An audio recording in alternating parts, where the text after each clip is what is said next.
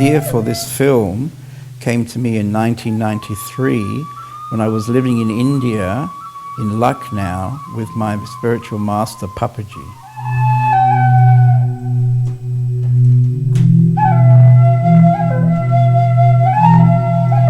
One day I was sitting in my garden and I felt an inner message telling me to go and catch the great Indian masters on film before they passed away.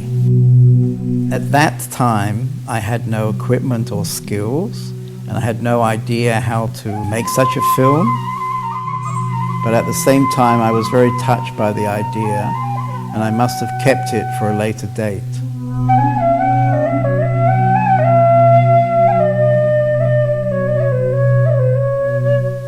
Ten years later, I took a personal retreat in South India at the holy mountain Arunachala, where the great Indian sage Ramana Maharshi lived until 1950.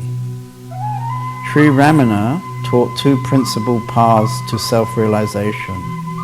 One is the path of knowledge using self-inquiry, and the other is the path of devotion, surrender to the self. After a strange synchronicity, where I found an original photograph of Sri Ramana, he came into my life quietly and invisibly, gradually becoming my main inspiration and guide.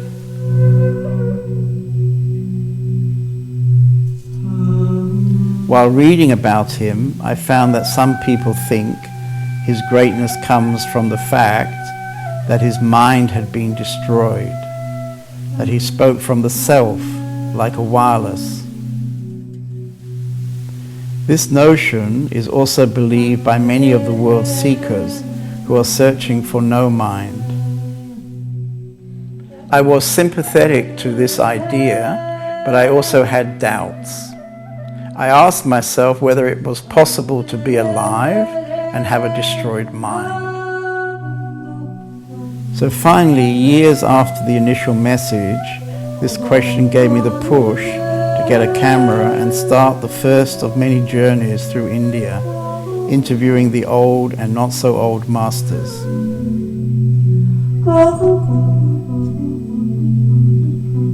Each year I go to India with a group of students. So over the years we visited the masters and made the interviews. I had no idea about who I wanted to interview, but just followed advice and information which came my way.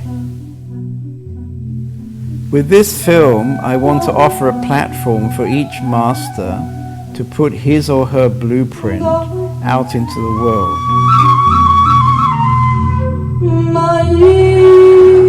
Ready? Come. Of course, each person's spiritual journey is unique, and there is no actual blueprint.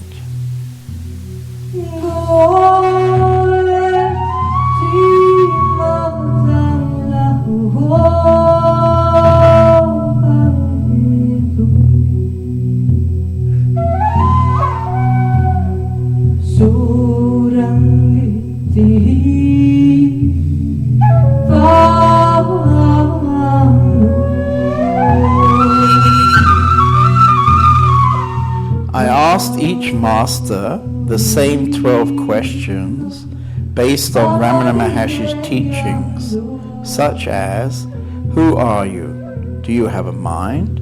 How do you perceive the world?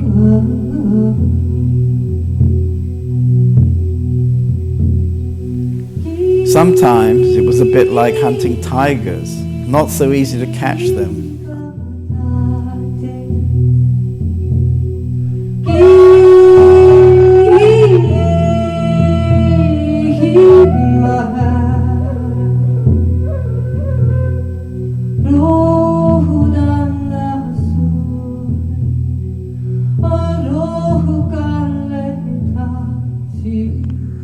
Before we start the questions, I understand that you have something to say about this title, Blueprints. Yeah, blueprints can't be made for awakening because there are no blueprints available. That's the beauty of it. The moment you make the blueprint, see, you are freezing it. You're freezing the moment. See, it's a mystery. The whole awakening is a mystery. The moment you make the blueprint, the beauty is gone. Ramana proposed the fundamental question, who am I? Who are you? The self that obtains during my happiness, during the experience of happiness, is the desired self, desirable self. That's what I want to be. The same I am which has raised this question.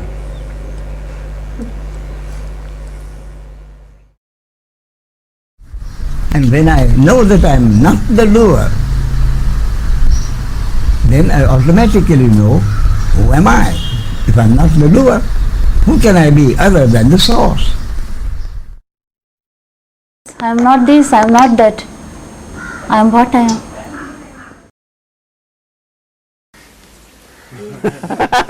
Almighty, all-pervading self. You are puppet. He is puppet.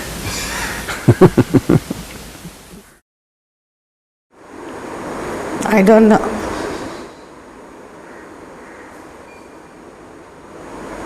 I really don't know.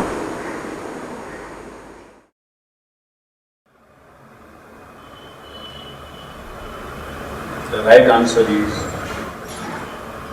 silence. That's the beauty. When you don't speak, you really speak. ಅದು ಮೂಲಭೂತ ಪ್ರಶ್ನೆ ಹೇಳ್ತದೆ. Is it the fundamental question?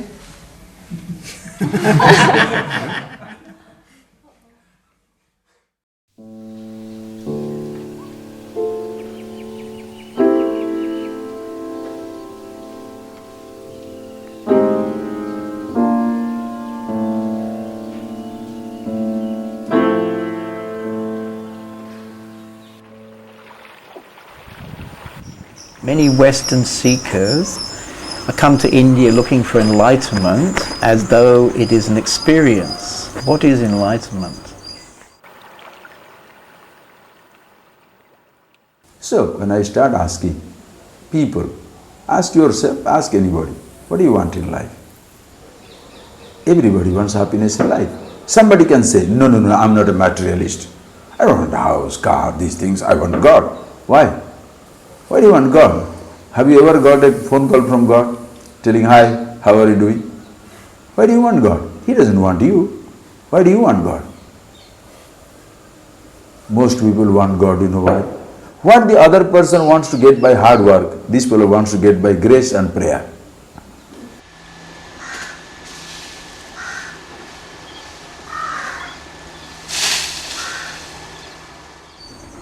See, always this mind wants something higher. If you go to the material world, it wants to be rich. If you go to the emotional world, it wants to be loved.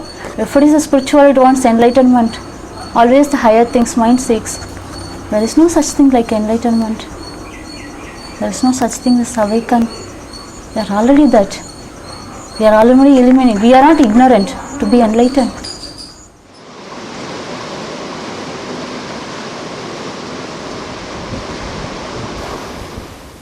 So it's not something to be obtained from the outside. No. Inside.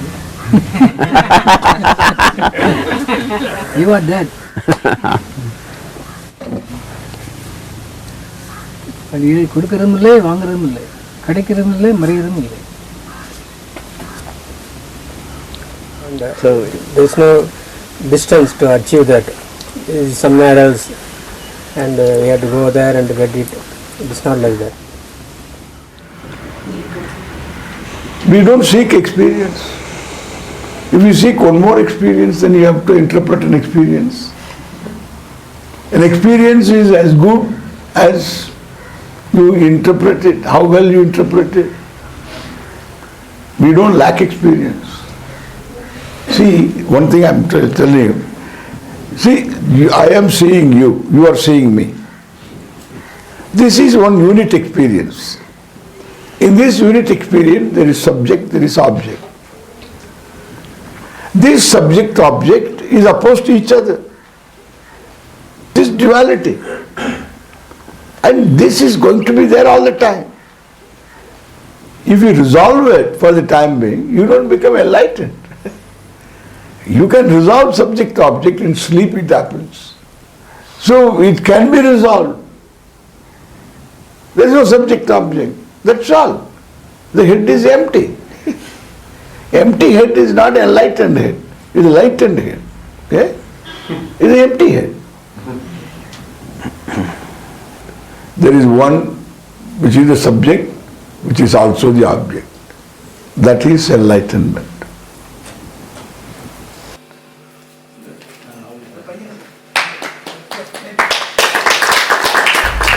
Enlightenment is taken as a goal. My point is, it is not a goal.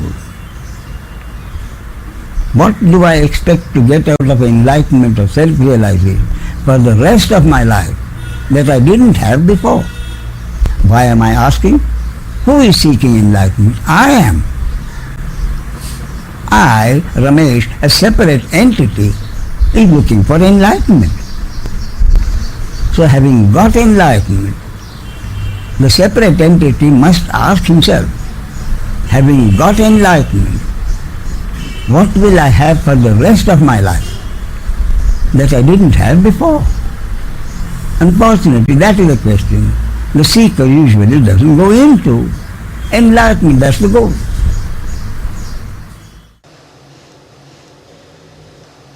Enlightenment is, who is trying for enlightenment, he must be disappear. That is enlightenment. Such a short answer? Only one sentence. Enlightenment means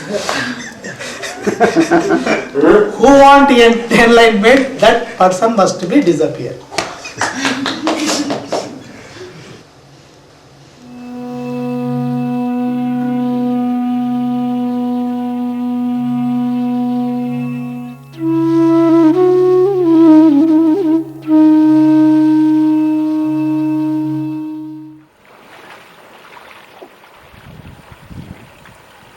Are there any qualifications for enlightenment?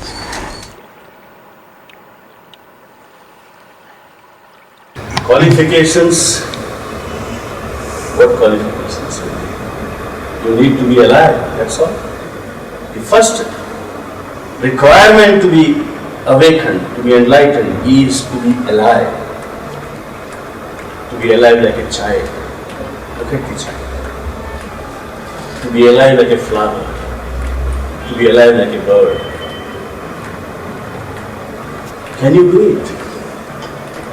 How can you be alive? Unless you just totally be free from that whole dead past. Unless you are available to now. This very moment. If you connect here, then you are alive. To be alive means be bubbling with life inside. With all the problems, with all the pain. There is a dance inside. There is a song inside. That is to be alive. To be spontaneous.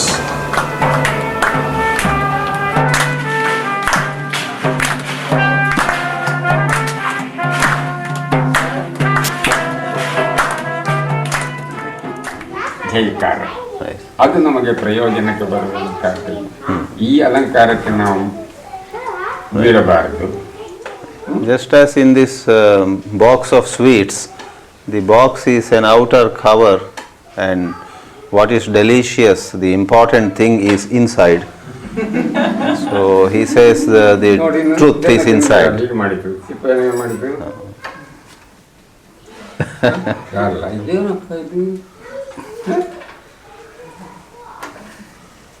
We should throw away the skin. ಇದರಲ್ಲಿ ಒಂದು cover ಉಂಟು.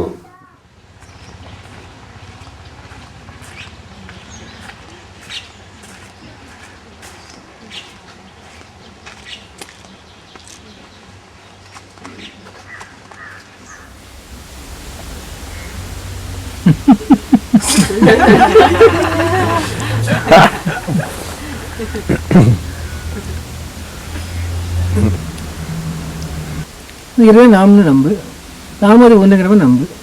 நம்பிக்கை தான் முக்கியம். இப்போ அந்த இறைவன் நாம், அந்த பணமே நாமுங்கும் போது நாம் we are there.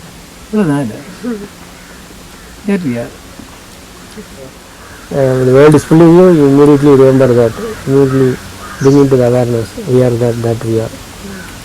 We are not different from the Lord. We are not different from the Almighty.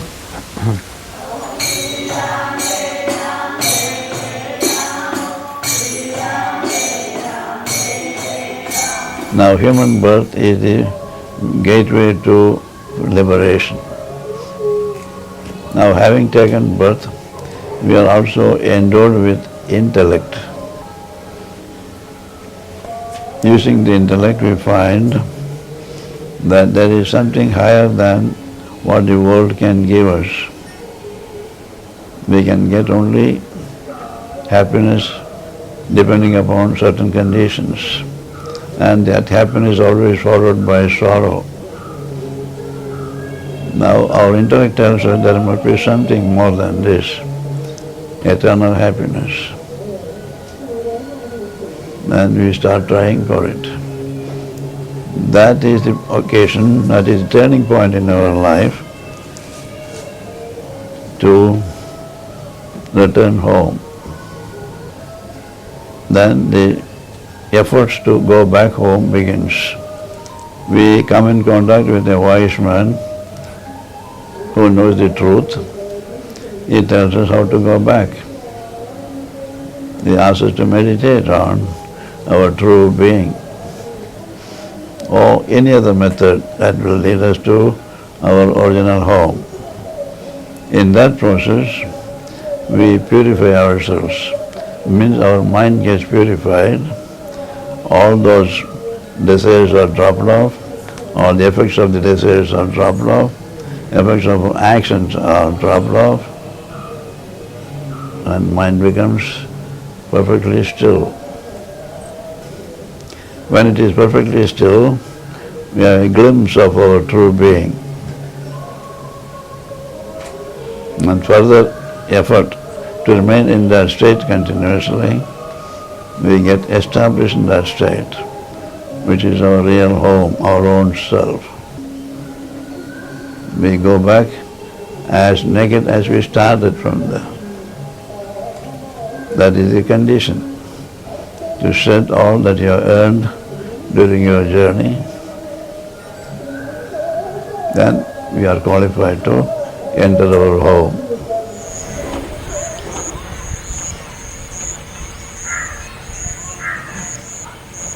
Truth doesn't need any qualification.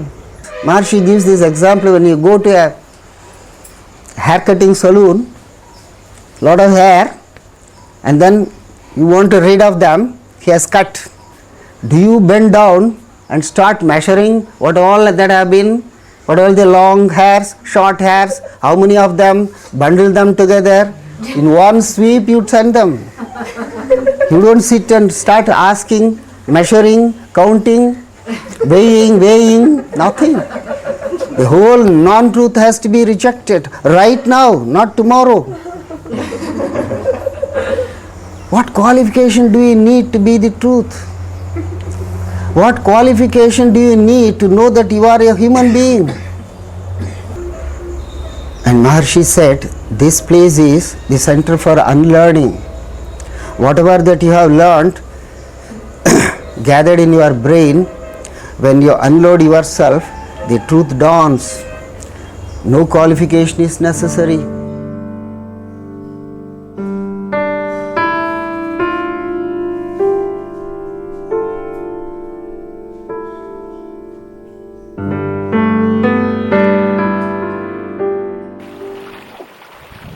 Brahmana said, self-inquiry is the most direct route to realizing the self. What do you say about self-inquiry? In self-inquiry,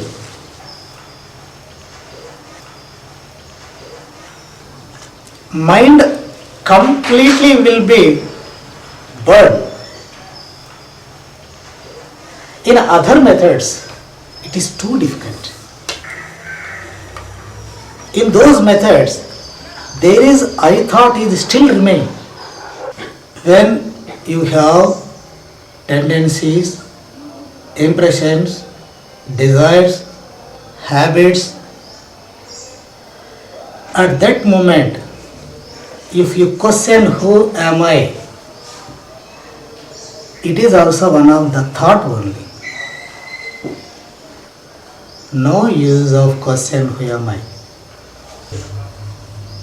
That question only to ripe persons, matured persons, not to all.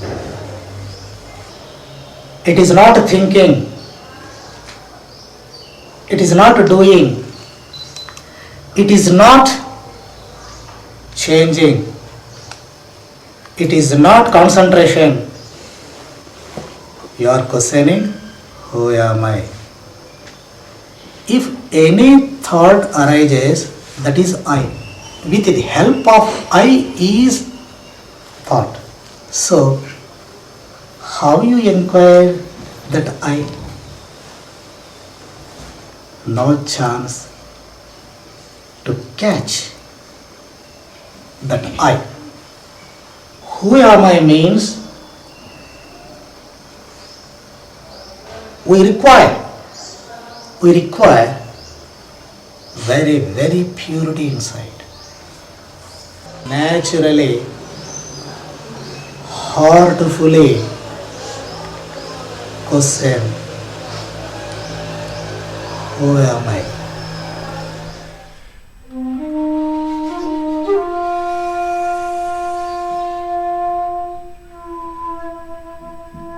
In your case, you did some sadhana? Yes, from the start.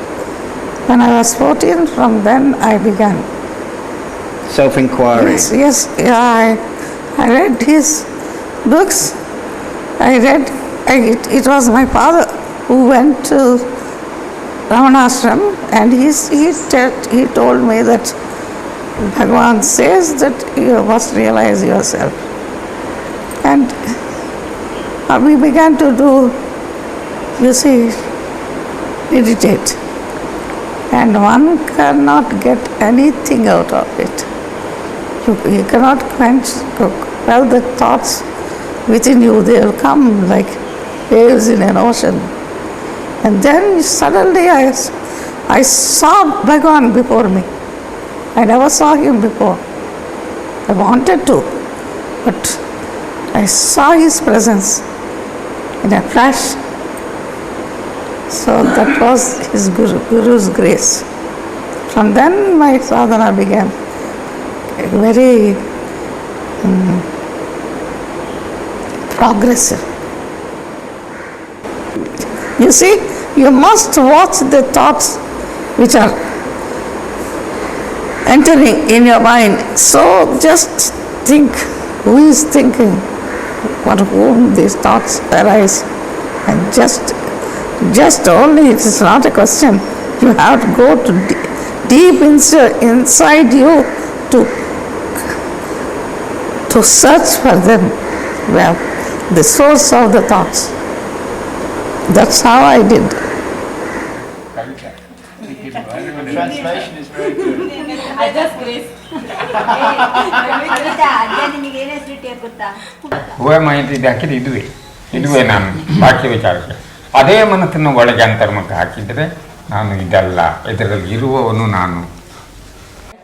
If you ask the question, who am I right now, then it usually leads to this body, right? You're going to ask the question to this body. But he says, if you go introvert and then ask the question, who am I, then it might lead you to somewhere.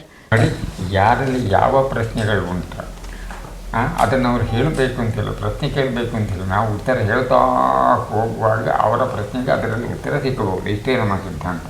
ಪ್ರಶ್ನೆ ಕೇಳಿದ್ರೆ ಅದು ಆಗೋದು. ನಮಗೆ ಹೇಳ್ತಾ ಹೋಗುವಾಗ ಅವರವರ ಪ್ರಶ್ನೆಗೆ ಬೇಕಾದ್ರೆ ಉತ್ತರವಿಲ್ಲ ಅಂತ ಅನ್ನಿಂದ ತಾನೇ ಬರುವಂಥದ್ದುಂಟು.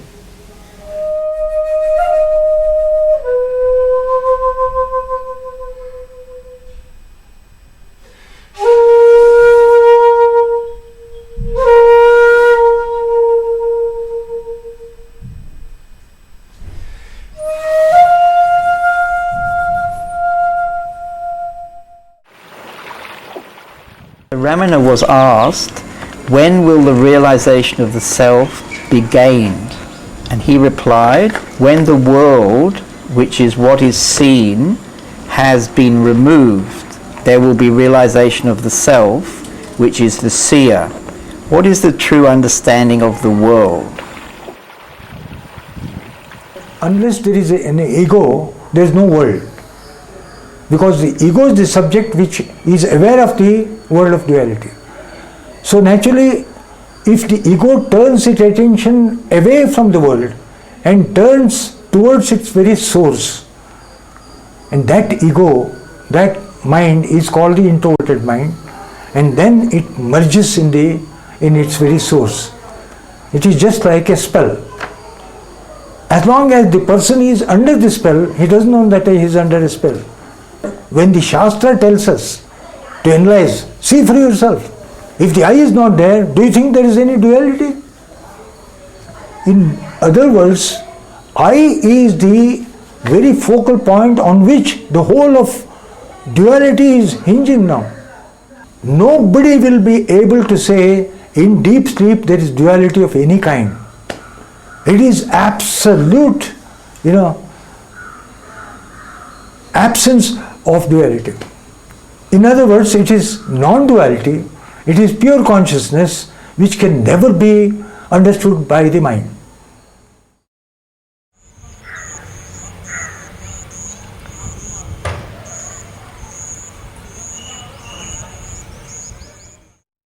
You see, when you are sleeping, are you aware of the world?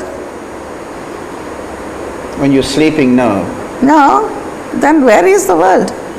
Only when you awaken, the first thought will be that I have awakened, and you see, I must do my work. Then the thoughts begin to arise. Otherwise, there are no thoughts at all in sleep. So you're saying that the world is caused by my thoughts? Yes, by you. By me? Yes. Yes. So how to remove the world is to remove the thoughts? Yes, I told you that the process of saying where am I and going deep into yourself. So by removing the thoughts, I'm also removing the world. Yes. Without thoughts, what is there? You are not there and I am not here, and there is no world. With the thoughts, we need thoughts to live and act. Otherwise, we don't need anything.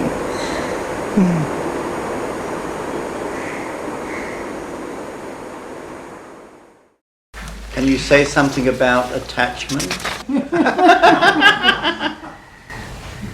உங்களுக்கு அதாவது அது நீக்க முடியாது, அவங்ககிட்ட கலாச்சாரம் நீக்க முடியாது. நீக்கி வந்தாங்கன்னா ஞானம் கிடைக்கும், அது போகம் கிடைக்கும். If you think that we can realize our true nature by living in the world and enjoying in this world all the pleasures of the world, that is compared to sitting on a crocodile and crossing the river, because crocodile will kill you. You cannot sit on a crocodile and cross the river. ஒன்று போகத்தை நீ சாப்பிடு, இல்லை போகம் ஒன்று சாப்பிட்டு. You have to swallow and digest all the worldly enjoyments. If we could not do that, the worldly enjoyments will digest us, swallow and digest us. போகமும் ஞானமும் இரு திருவும் ஒன்று சேர்றது.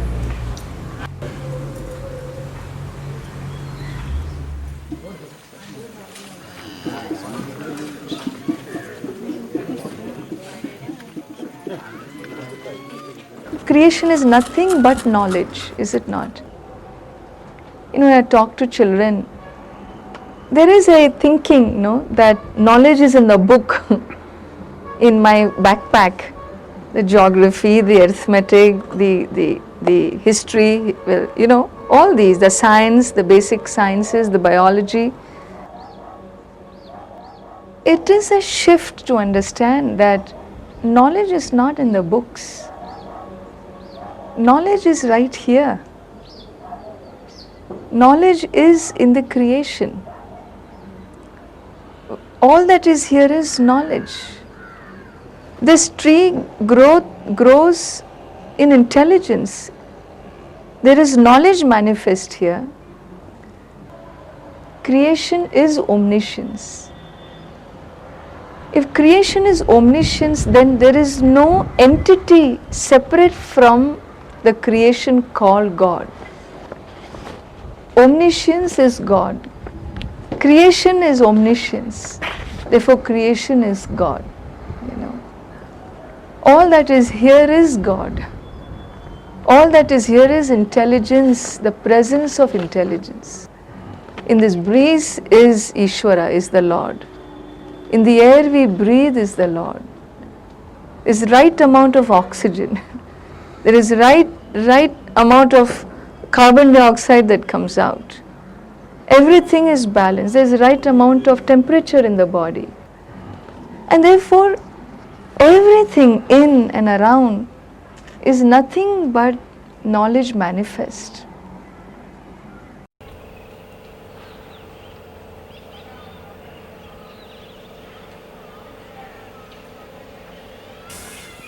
Ultimately, what it means is enlightenment. Whether you say the world is there or not there, it doesn't matter. Because that the world is there is not a problem. Please see that. That the world is there is not a problem. That I am there is a problem. Right or wrong?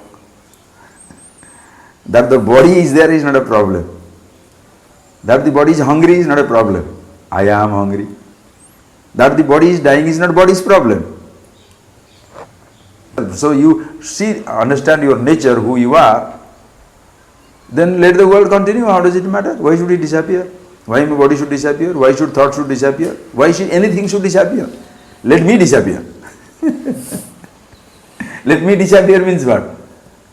The sense of I, understanding, knowing what this word I means. It's a very one-pointed statement.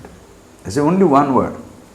That is why when you understand one word, all the words simultaneously explode. Everything is understood.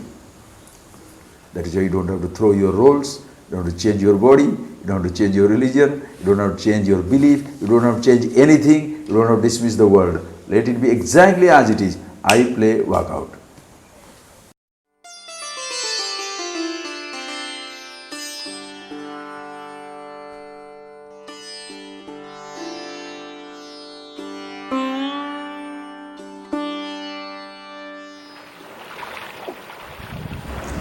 It has been suggested that the mind must be destroyed for liberation to occur. Do you have a mind? How to destroy the mind?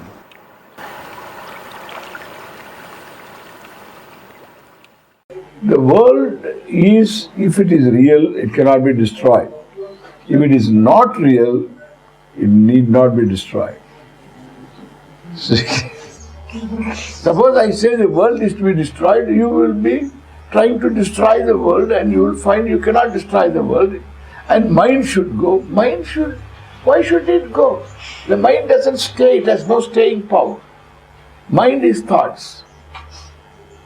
If it is thoughts, a thought doesn't stay more than a moment. It's wonderful because the mind is great because it doesn't stay. You can see motion because the mind doesn't stay. Suppose the mind, the thought moves slowly. Suppose you see my hand moving, you will see my hand coming like this. Like in some animations. Rama goes to the forest.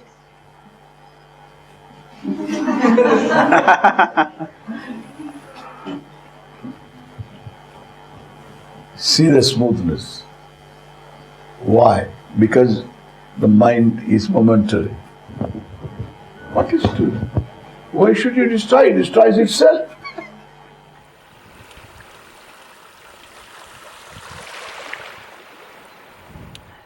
But about mind, my understanding is the mind cannot be destroyed. If Ramana Maharshi said the mind must be destroyed, then his understanding is the same as mine, which is the mind cannot be destroyed. The mind, according to my two aspects, the working mind and the thinking mind.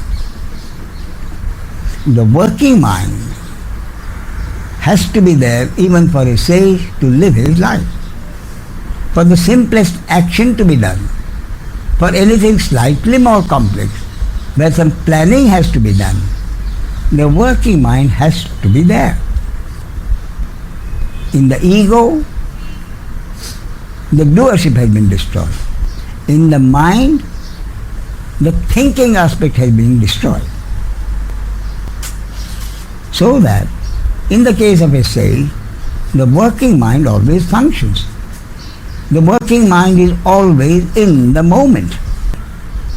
Whereas the thinking mind is never in the present moment. The thinking mind is always either worrying about or thinking about what has passed or projecting into the future. Therefore, the thinking mind creates problems, imaginary, illusory problems about what might happen in the future, which is what causes unhappiness. So in the case of a sage, he is only concerned with what happens in the moment and is not concerned what happens in the future. Why? Because one of the total acceptances of everything is happening means whatever happens in future, no one is to blame. My understanding is that Ramana didn't actually say you have to destroy the mind. He used the word mononasa. Mano is mind, nasa is destruction. Mano nasa, what is to be destroyed? Not the working mind. You won't be able to live without it. Therefore, the mano nasa is the destruction of the thinking mind. Thinking mind aspect, that is to be destroyed. That's very good, very clear. Good? Yeah. There's a lot of misunderstanding about that. Indeed.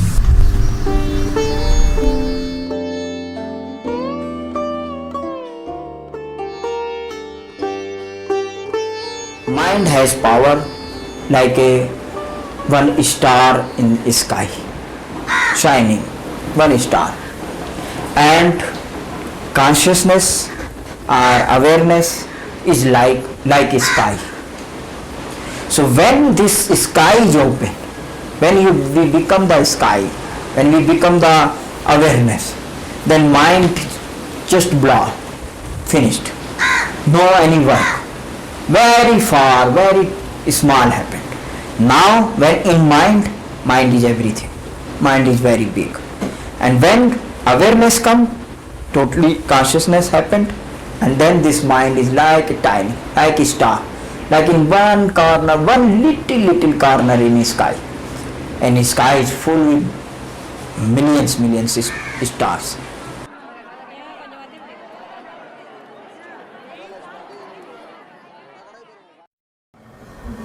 This is the question people are asking, how to destroy the mind. And the question is asked by the mind itself. The mind wants to destroy the mind. This is the game of mind, understand this. This is the most misunderstood statement by the people. Functionary mind is the mind created by the existence or the life itself for a temporary time to function. And for that there is a functionary ego also, which is also a demand, a necessity of the life. You cannot live without the mind and without the ego. For responding, for functioning, for acting, you need a mind, you need an ego. But that has to dissolve the moment the function is going, finished. We create a permanent mind because we create a desire which is not connected to the demand of life, but which is something in the future. The life demand is now, in the present. We create a lot of goals, and that goal keeps this mind survive permanently. Otherwise, if you are living moment to moment, the mind is created, a functionary mind is created, a functionary ego is created, then it is finished. And during the daytime, there are a lot of different functions life demands. Life demands simple understanding. When you are hungry, life demands find out the food and eat. That's all. But we create a goal. Wow, I want to get enlightened. So that I will be totally, permanently free, permanently happy, permanently blissful, permanently silent. We want something permanent. The understanding tells you, makes you realize that nothing is permanent. So this is where the mind, what you are talking about, is a hindrance. The permanent mind is a hindrance. But this permanent mind cannot be dropped through any effort. It can be dropped through the understanding. It becomes a temporary functionary mind. That's all.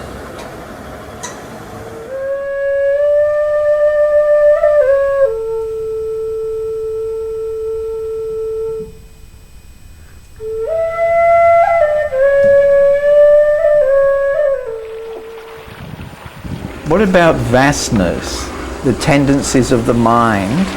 Must these be removed before self-realization can become permanent? An ego without desires can never be found. Ego is always a bundle of desires, so to say. And if you analyze the ego properly according to the Vedantic Shastra, it's a bundle of desires.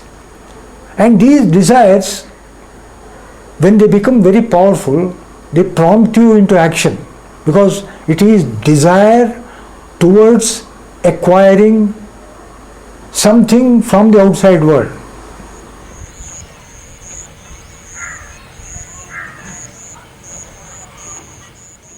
Imagine, it's like telling, just think, it's like telling, to make this place beautiful, I must remove all the trees. I must remove all the vasanas for the consciousness, for the myself to be seen. You mean to say, I, the infinity, is so incapable of handling few thoughts that every thought must be removed for me to see myself? What type of idea is that? It's like telling all the waves must stop, then only water can be seen. God bless you. Nothing needs to be removed. These type of thoughts must be removed, if at all anything to be removed. Let them be there.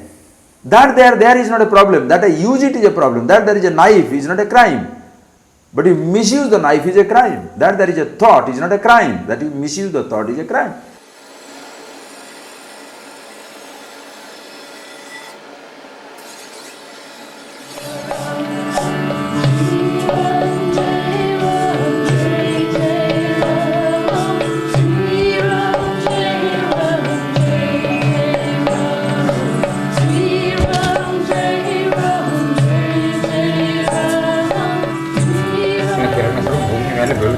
ಅಸಂಖ್ಯಾತ ಕಿರಣಗಳು ಅಲ್ಲ ನಡೆ ಈ ಎಲ್ಲ ಕಿರಣಗಳು ಹೋಗಿ ಸೂರ್ಯನಲ್ಲಿ ಕೇಂದ್ರೀಕರಿಸಿದಾಗ ಸೂರ್ಯನ ಏನಾಗ್ತಾನೆ ಸ್ಫೋಟಾಯಿತು.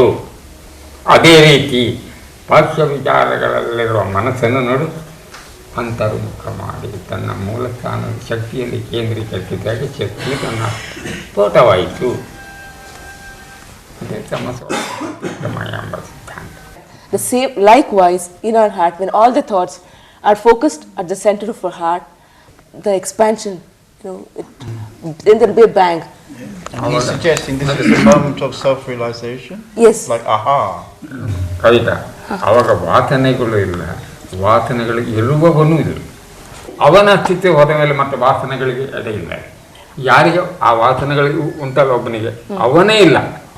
ನಾವು ಹೇಳ್ತಾರೆ ಮತ್ತು ನಾವು ಹೇಳಬಾರ್ದು, ಅನರ್ಥ ಆಗ್ಬೋದು. ಸಾವಿನ ಆಚೆಗಿನ ದ್ವಂದ್ವಾತೀತವಾದ ಬದುಕು ಇದು. ಹುಟ್ಟಿದವನು ಸಾಯಲೇಬೇಕು, ಆ ಶಕ್ತಿ ಹುಟ್ಟಿಸಿ ಸ್ವತಃ. ಇದೇ ನಿಜವಾದ ಸಾವು.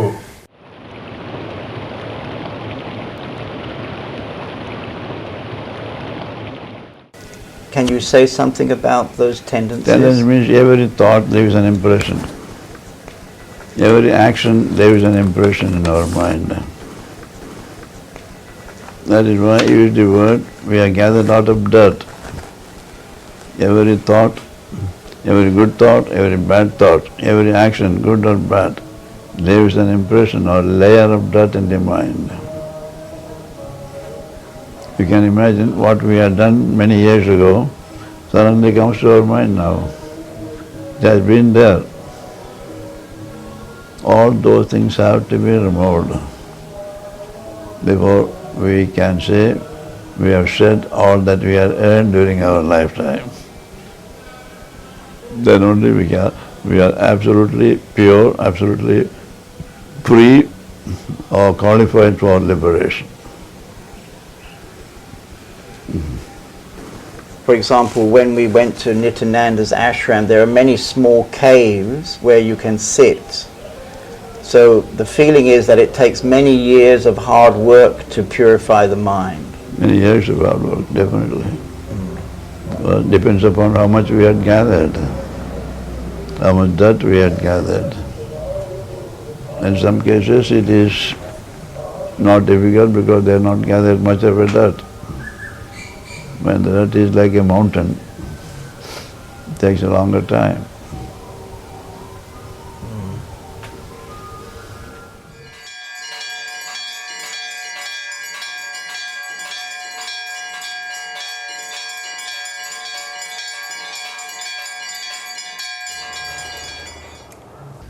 The world is a playground, but what we are doing is we are claiming the ownership, possessiveness.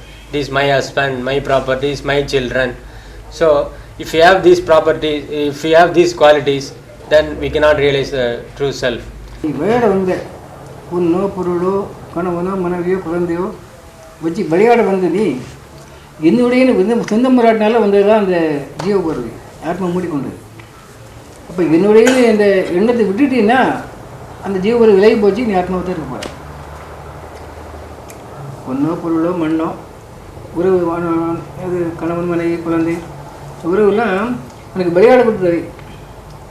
சின்ன பிள்ளை மரப்பஞ்சி விளையாடுது, சமயத்துக்காரன் கலவை போனால் கூட அது தேட மாட்டேங்குது. அப்படி நீ விளையாடக்கூடிய நிலவில் நீ இருந்தீங்கன்னா இந்த உலக பந்தம் ஒன்றும் பண்ணாது, நீ ஆத்மாவில் இருக்க போகிற. அது என்னுடைய பொருள் போச்சே, என் புருஷன் போயிட்டானே, என் பொண்டாட்டி போயிட்டாலே, என் பிள்ளை போச்சேன்னு வரும்போது அது கெட்டு போகிற. அதான் வந்து ஜீவன் சொல்கிறது காரணம். அந்த எண்ணம் இல்லாமல் இருந்ததுன்னா நீ இப்போ ஆத்மா தான் இருக்க போகிற, ஆத்மா தான் இருக்க போகிற. உனக்கு ஆனந்தம் எப்போ இல்லாமல் எப்படி இருக்கும்? If we are not attached with this any worldly attachments, any gain or any loss to the properties, loss of relationship, we are not attached with any, we are not having any mental tendency, any sorrow, any worries or any happiness, then we are that Brahman. There is no doubt in it. We are that self. For that we have to do this sadhana. To get rid of these all worldly thoughts, we have to do the sadhana.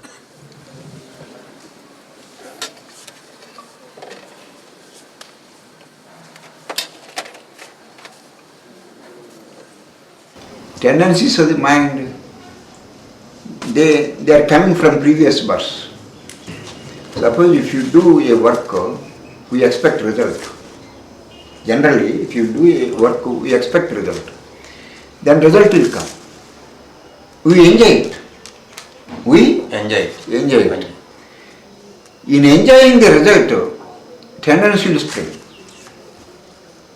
From tendency, thought will come.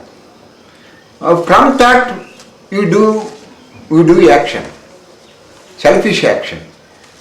From selfish action, from body bound action, from mother thought action, tendencies will come. If you enjoy the result of our action, whether it is good or bad, if you enjoy the result of our action, certainly tendencies will come. The main obstacle to God realization, tendencies. The tendencies must be eradicated, must be removed. There is no compromise here. Must be removed to get God realization. If you are always thinking about vasana, you do not overcome vasana. Always think of God. Always think of truth. Always think of your favorite God. Always think of Guru, of your Guru. then automatically food supply will cut to tendency.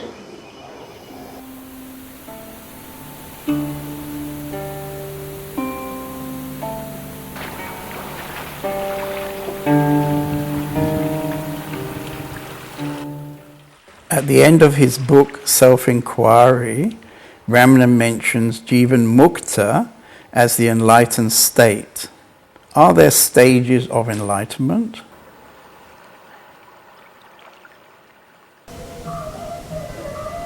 First experience is we have identified ourselves with the Atman, which is all pervading. We have not touched the manifestation. Now we are able to see the entire manifestation is also God Himself in different names and forms. So we identify ourselves with the Atman and the universe. That's why if you ask a saint, who are you? He will say, I am the all-pervading truth or Atman. My body is the entire universe. Because he has lost his individuality. The ego has gone. The small circle is removed. He is without any circumference. He is one with the impersonal truth, nameless, formless Atman, and one with the entire universe, which is the manifestation. And so you're saying the second stage is to establish in this universe. And he lives a normal life. He doesn't need any more practice because he's already established in it. Is that why it seems that most saints live a very ordinary, simple life? That's right. They have nothing more to do. They achieved their goal. And they are one with the entire universe. They are one with everybody. Their love flows towards everybody.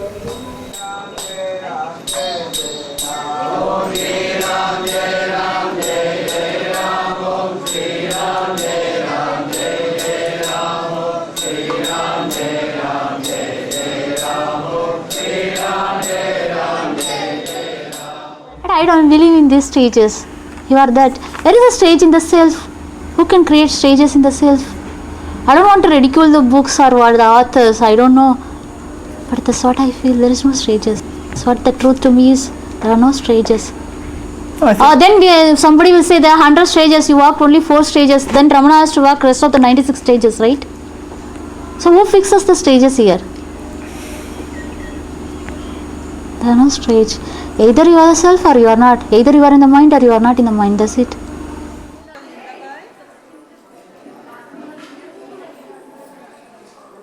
All the people who read this paragraph, who has not reached to understand, will misunderstand as if it is a description of the state which can be reached, which can be achieved, and then the question will start asking, how can I reach that state?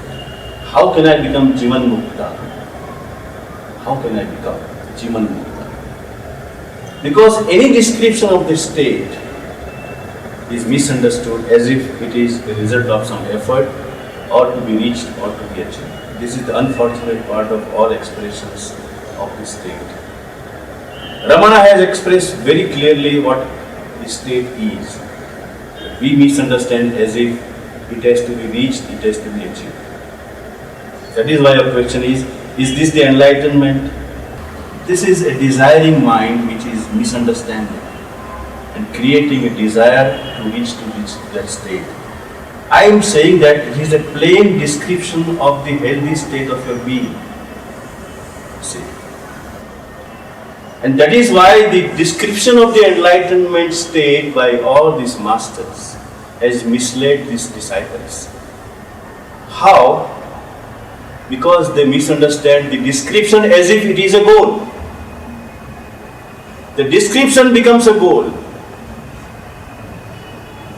When Osho described his enlightenment as if 1,000-sun explosion, each disciple was waiting for that 1,000-sun explosion to happen. I was one of them. Now, all the time into my meditation, I was waiting and closing my eyes that when this 1000 sun explodes,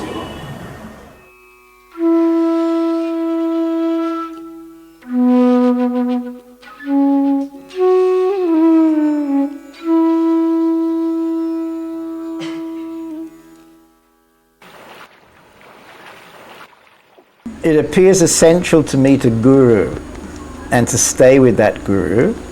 Who is the guru? What is the guru's role? How to recognize a true guru?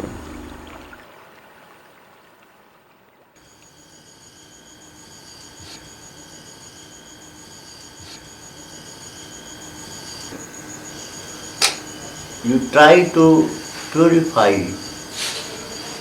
by the grace of Guru.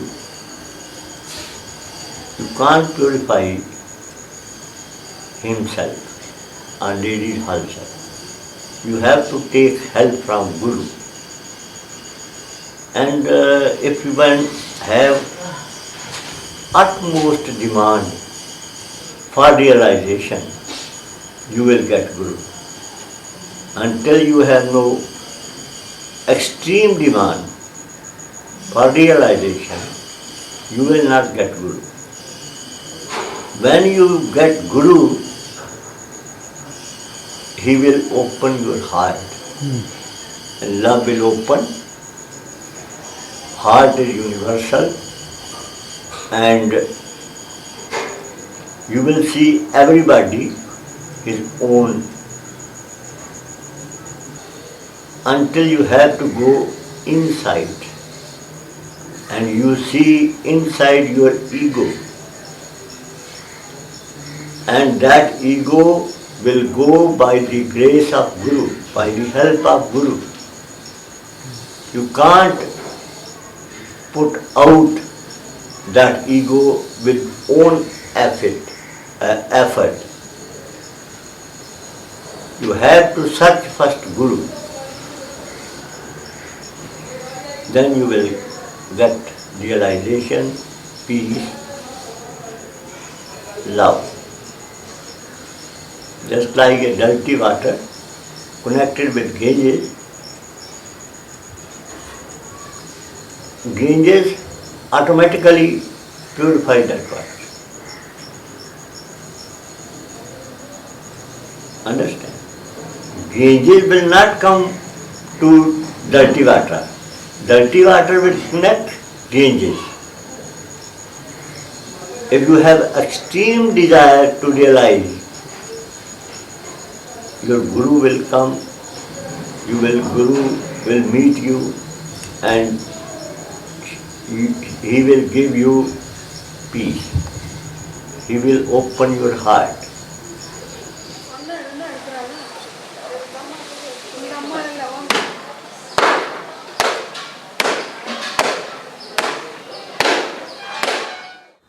Guru to me is a guide.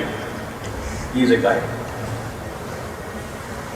The way people misunderstand this whole concept of Guru is wrongly understood. The real master does not want his disciple to follow him. The real master wants his disciple to follow his own journey. You can guide him, you can help. You can take help and guidance from the master.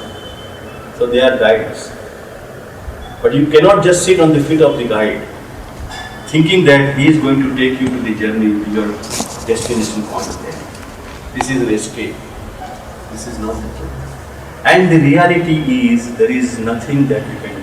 There is no way to go. The one who makes you understand that where do you want to go? You want to go to realize yourself? Sit with yourself. Why you wander around? Why you go after so many masters? Just sit with yourself and you will understand yourself. That is the realization of self. Why do you have to go to someone to realize? The one who guides you how to sit with yourself is the real master. We know how to go away from ourselves, but we do not know how to sit with ourselves. The one who really guides you how you can sit with yourself.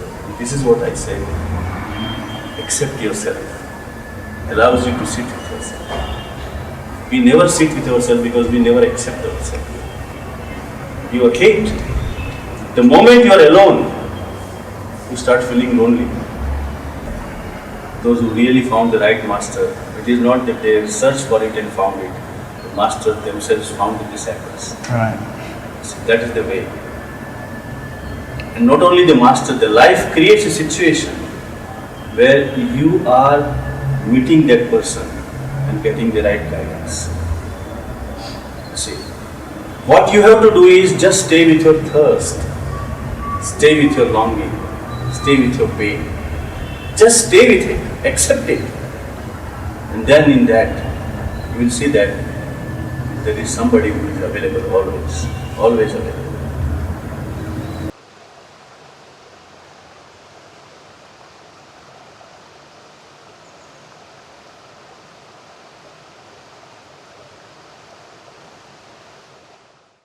நினைக்கிறேன்னா இப்போ இந்த 2 பூமி இருக்குது, இந்த இடத்த வாங்கியிருக்கிறேன், ஜனம் சாப்பிடணும், தண்ணி வேணுங்கிற மாதிரி இந்த இடத்த ஒரு தோன்றான், கோவத்து தோன்றான், தண்ணி கிடைக்கலை, இன்னொருத்த வர்றார், அங்கே தண்ணி ஓட்டுறது சுற்றி காட்டார், அங்கே தோன்றான், அதில் நேரத்தை வண்டி முடிக்கிறான், ரொம்ப களைச்சி போகிறான், இன்னொருத்த வர்றார், இங்கே நீர் ஓட்டம் இல்லையா, அங்கே இருந்து காட்டார்.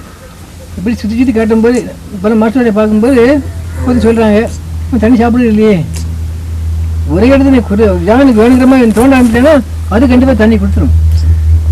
நம்பிக்கை வரணும். We should pray to the Almighty, please show your compassion. I want to go deep into the teaching and I want to absorb all the teachings. I want to experience and practice it and experience it. Make this my own experience. And if you pray to the Lord and dig one well, then you will definitely get the water.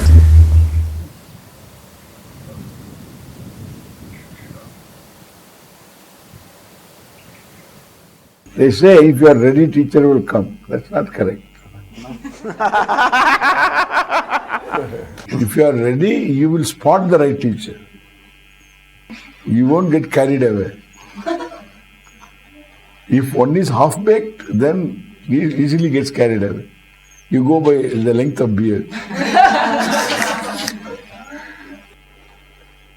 While teaching takes place, there is no teacher or teaching, only teaching is there. Teacher goes, only the topic, and you see the topic, and the topic is you.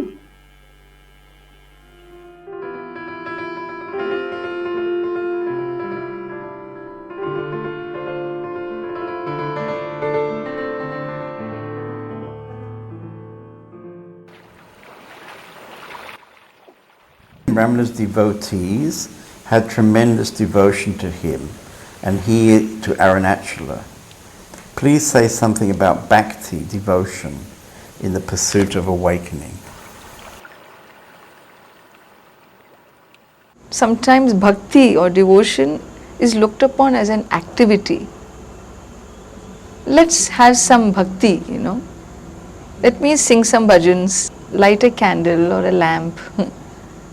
Or if you have a guru, go and massage his feet, Imagine 25 disciples, each one wanting to massage the feet. Guru become a pulp, his feet become a... So, it begins as an act of worship, but it doesn't end there. For example, if I give this rose to someone, when you give this rose, it's an act which has a message in it, isn't it? In self-knowledge, what happens is, I don't need to create an action in order to carry my sentiment. When knowledge becomes my base, in self-knowledge, the Lord is included in my awareness. I don't need to create a ritual, an act, to carry my sentiment of devotion. I remain ever devoted. A saint is the greatest devotee. One who has oneness with the Lord is the greatest devotee of the Lord.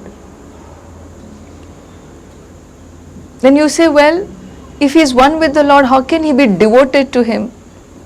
To be devoted, you require a, hierarchy, a higher and a lower. that is the culmination of devotion. When the lower is no more lower, it has become one with the higher, that is the culmination of devotion.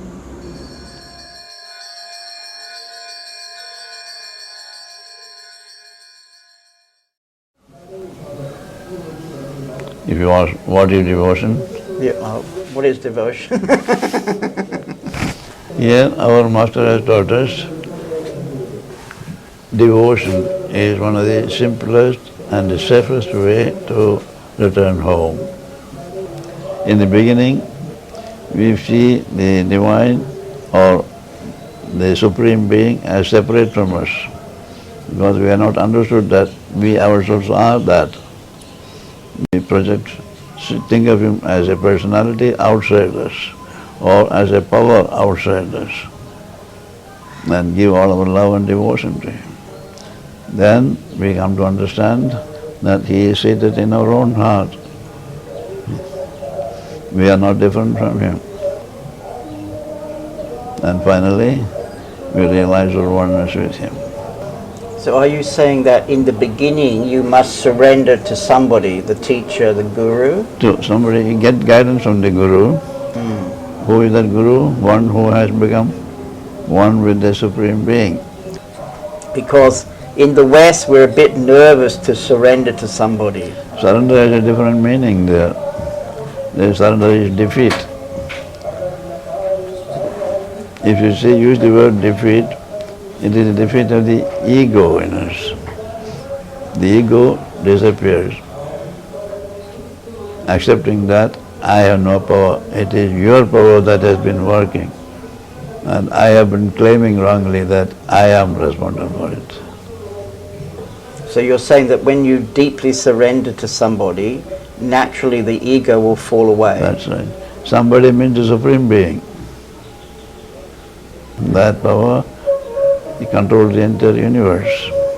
To that power we surrender.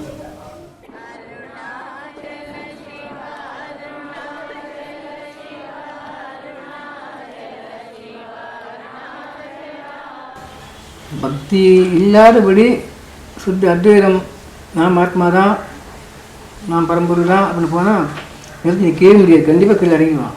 And can he suggest how we can create this foundation in the West? Because in the West we need a boyfriend or a girlfriend for this love. Yes. But he's talking of a different love. பக்திங்க நாம ஒன்று தான், பகவன் நாம ஏதாவது பெரும்பாலும் ராமநாமம் எல்லாத்தையும் வருகிறது. ஸ்ரீராம் ஜெயராம் ஜெய ஜெயராம் ஓம் ராமதே தாரகம் நீங்கள் பூரம் சொல்ல வேண்டாம், ஸ்ரீராம் என்று அந்த ராமநாமம் மற்றும் தியானம் பண்ணி கொண்டு விட்டவெளி தியானத்தை விட்டுட்டு, அதாவது சுத்தமாக எண்ணமே இல்லாமல் நினைக்கிறான் இல்லையா, அதை விட்டு நம்ம இல்லை. Because we have to live in this world, we cannot go to any mountain or any forest for doing sadhana. We have to live in this world and do sadhana. You are having that conviction that husband is given by God, wife is given by God, children are given by God, or God has come in the form of wife, God has come in the form of children. All the properties, all the business, everything, all the relationships are given by the God. நீ அவனுக்கு சொல்லாதபடி நான் தேடினேன் என்னால் ஆனதுன்னு வரும்போது அவன் தலைவிட்டு விட்டுருதான் பாரு, இது கண்டிப்பாக அவங்க வச்சுக்கலாம். வெட்ட சொன்னாங்க கிறிஸ்து, வெட்டினா அது Jesus Christ said, cut the eye and he will become like me. So Jesus Christ asked us to cut the eye, but we are taking it as we are worshipping and creating a religion like that.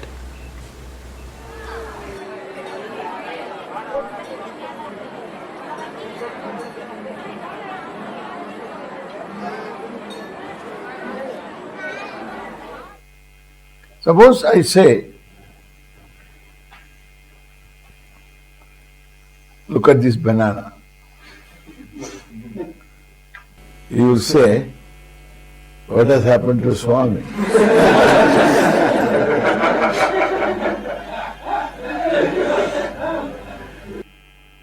You want the Swami to be right.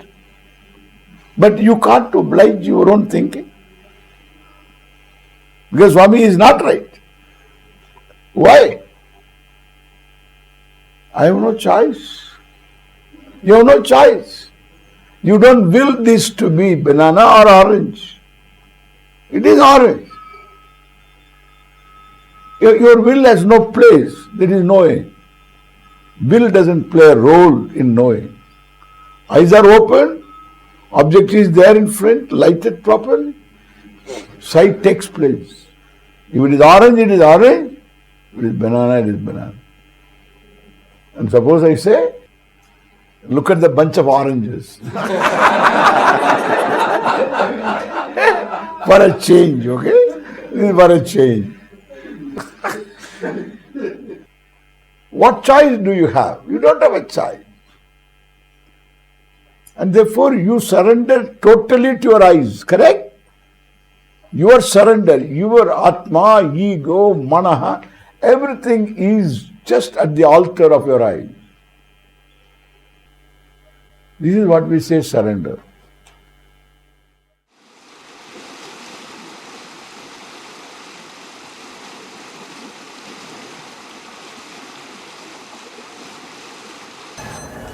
The master is a guide who gives you the message or guidelines. You follow the guidelines and message, not follow the physical form of the master. When we use this word devotee, we are using this word, the one who is totally following the master, his physical expression or physical presence. This will not solve any problem. Devotion to the message is very important than devotion to the master. If you are devoted to the message, then there is a possible transformation which can happen in the presence of the master. Because the master who shares the understanding, not the technique, not the method, but something beyond technique, beyond method, something beyond his physical expression, something which is his presence. That is very important. Ramana was there to deliver the message of something which can wake you up. Osho was there to deliver the message which can wake you up, not to put you to sleep. And we just take again his message to go back to the sleep, lullaby. Jai Krishnamurti. The last lecture that he delivered in Madras, he was 85, he was sick, and he started looking around. He saw the same faces again and again, listening to him. And he asked these people, don't you understand, sir? Can't you understand what I am saying? I am saying since 50 years, I see you every time sitting in front of me. Don't you understand anything what I am saying? Or am I doing a spiritual entertainment, sir? Am I doing a spiritual entertainment, sir? And started crying like a child.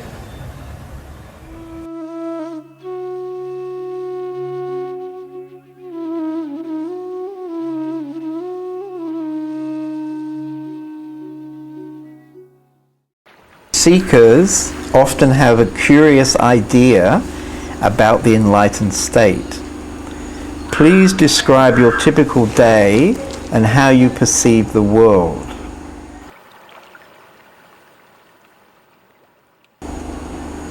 There's no others here. It's only I exist here, nobody else. Or if you want to be more in the worldly term, to be humble, I say God exists. I am God and you are God and everything is God here. If you don't like that, because this eye is very confusing for most of the people. They say it's whether small eye or big eye. So we use the word God. God exists here. It's nothing else. It's single. There are no, many here. It's only one. It's God. There's no difference at all. I don't find any difference here.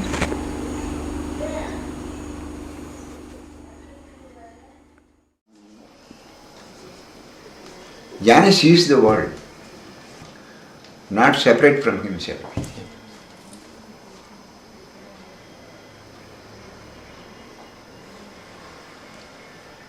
No separateness from his realization and from the world. No separateness. Jnana sees the world also as himself. What do you see when you look into the eyes of your people? I am seeing myself in those people. Then grace will work.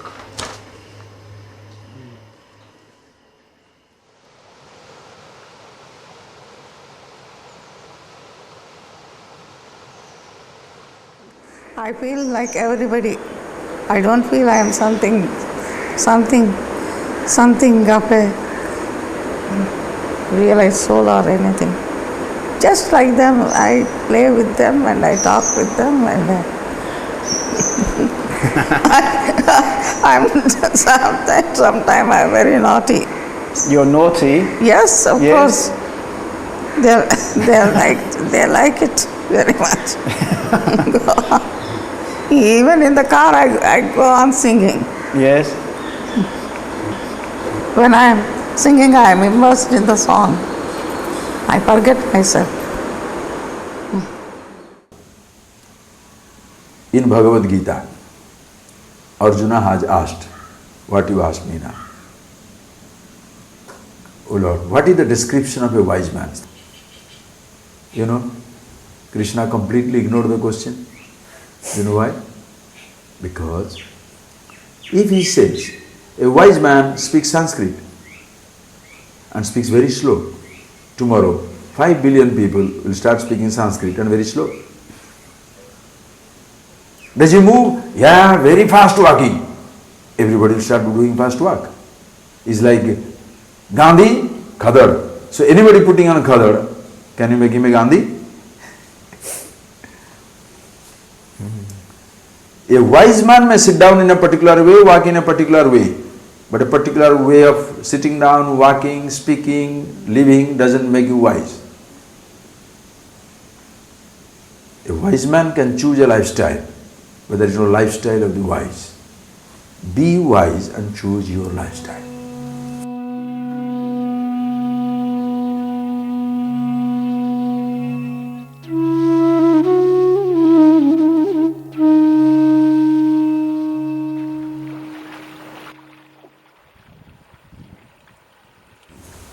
When you would meet someone with a passion for awakening, what would be your short advice?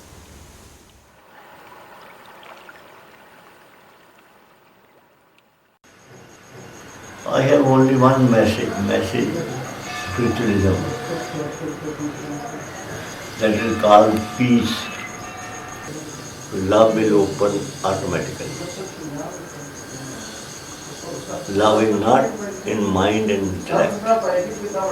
Love in heart.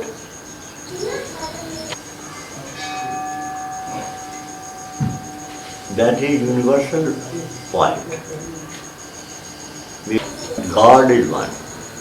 Ultimately, goal is one.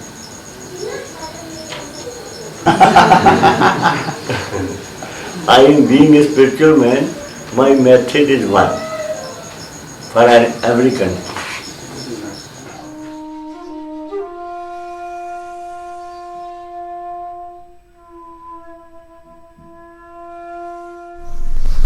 Do whatever you think you should do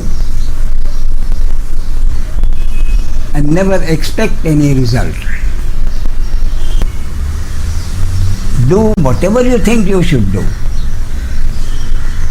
as if you are the doer. Total free will. What is life? Daily, one situation after another situation. In any situation, what I do is I live my life as if I have free will. In any given situation, I live my life as if I have total free will. with the total understanding that I am not the doer.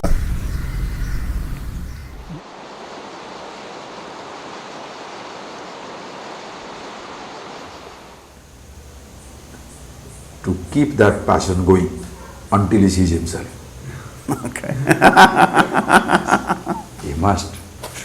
Because that is something, oh, it's a great blessing. A person is looking at himself, looking for himself. Oh, it's like a river has taken a turn.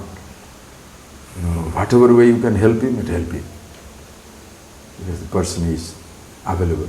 And that is the time he is vulnerable. It's like the snake, when he is removing his skin, very vulnerable time. You can kill them just like that. A person who is changing his lifestyle, looking for a direction, is very vulnerable.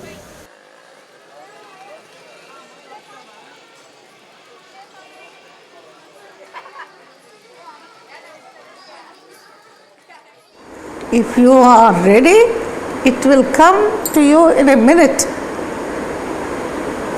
If you have such faith.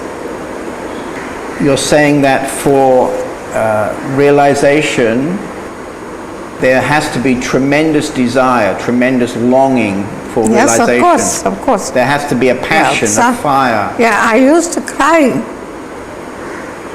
You have to cry.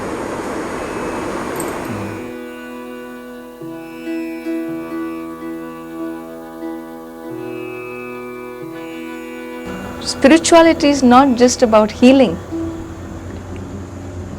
Spirituality is not just about getting over some abuses in childhood. Spiritual life is a lot more than that. Spiritual life is seeing myself as free in spite of the abuses, in spite of what happened to the body-mind. I am not the body-mind sense complex. Self is free, it was ever free. Self is untouched, it was ever untouched. That is spirituality.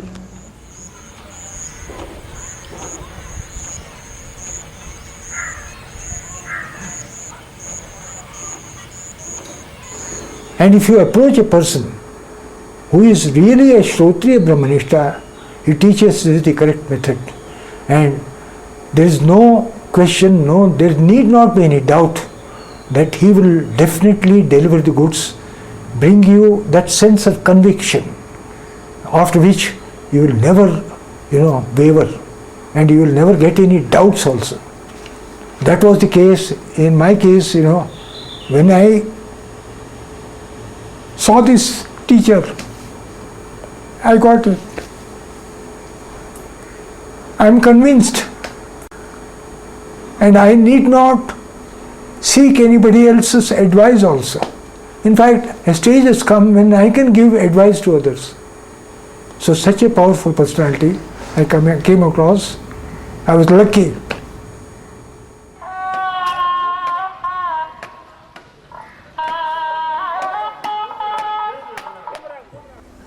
Have you heard of Robert Adams, a great master, American, a jnani, fully realized jnani, without any blemish? He was the beautiful jnani.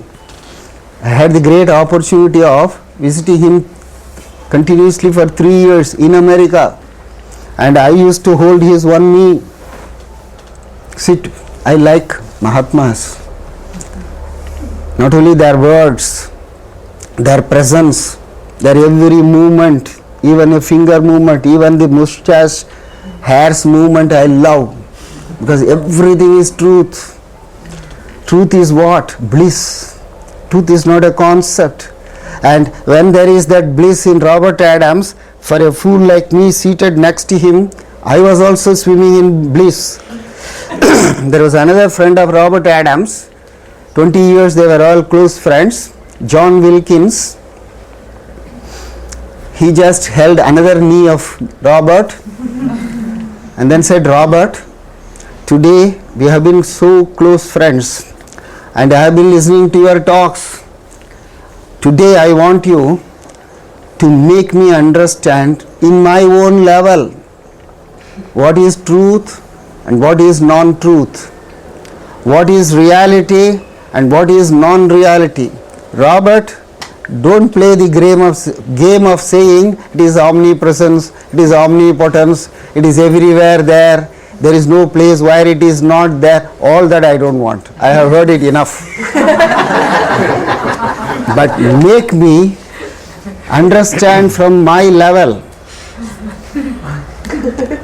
Fortunately, being a jnani, he was also a jolly man, very happy man. So he was smiling, listening like that. And when John Wilkins asked this conditional prayer, you must make me understand.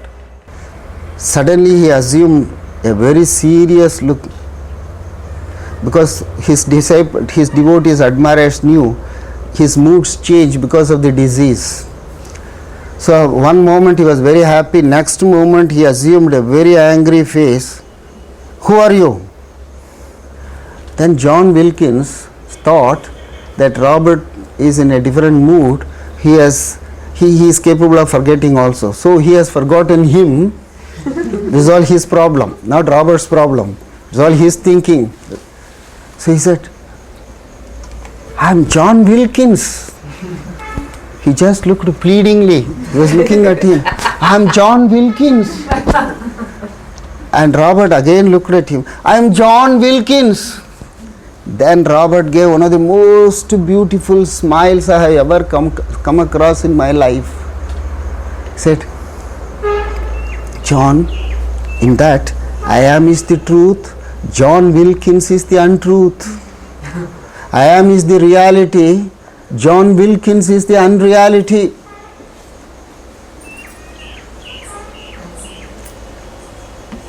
There were 70, 80 people in the hall. Everyone went into samadhi. Absolute silence.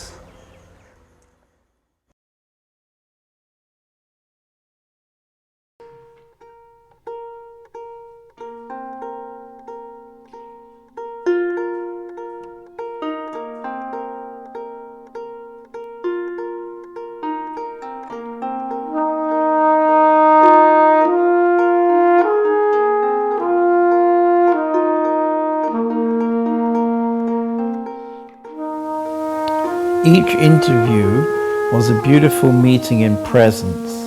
The combined wisdom of these teachers was mind-blowing and has energized and nourished me in my work as a spiritual teacher.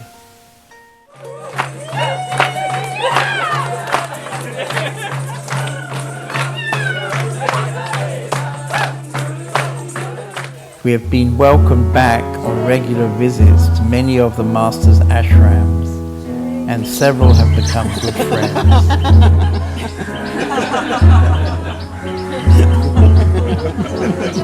Some of them we are lucky to meet regularly at Arunachala Mountain. Since the interviews, 4 of the Masters have passed away, so the film was a timely call to action. And several others are in their 90s.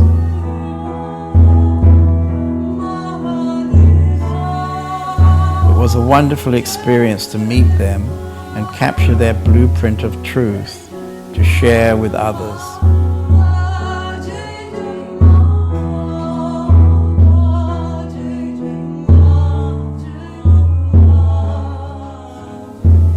My profound gratitude to all the many people who helped me realize the original vision.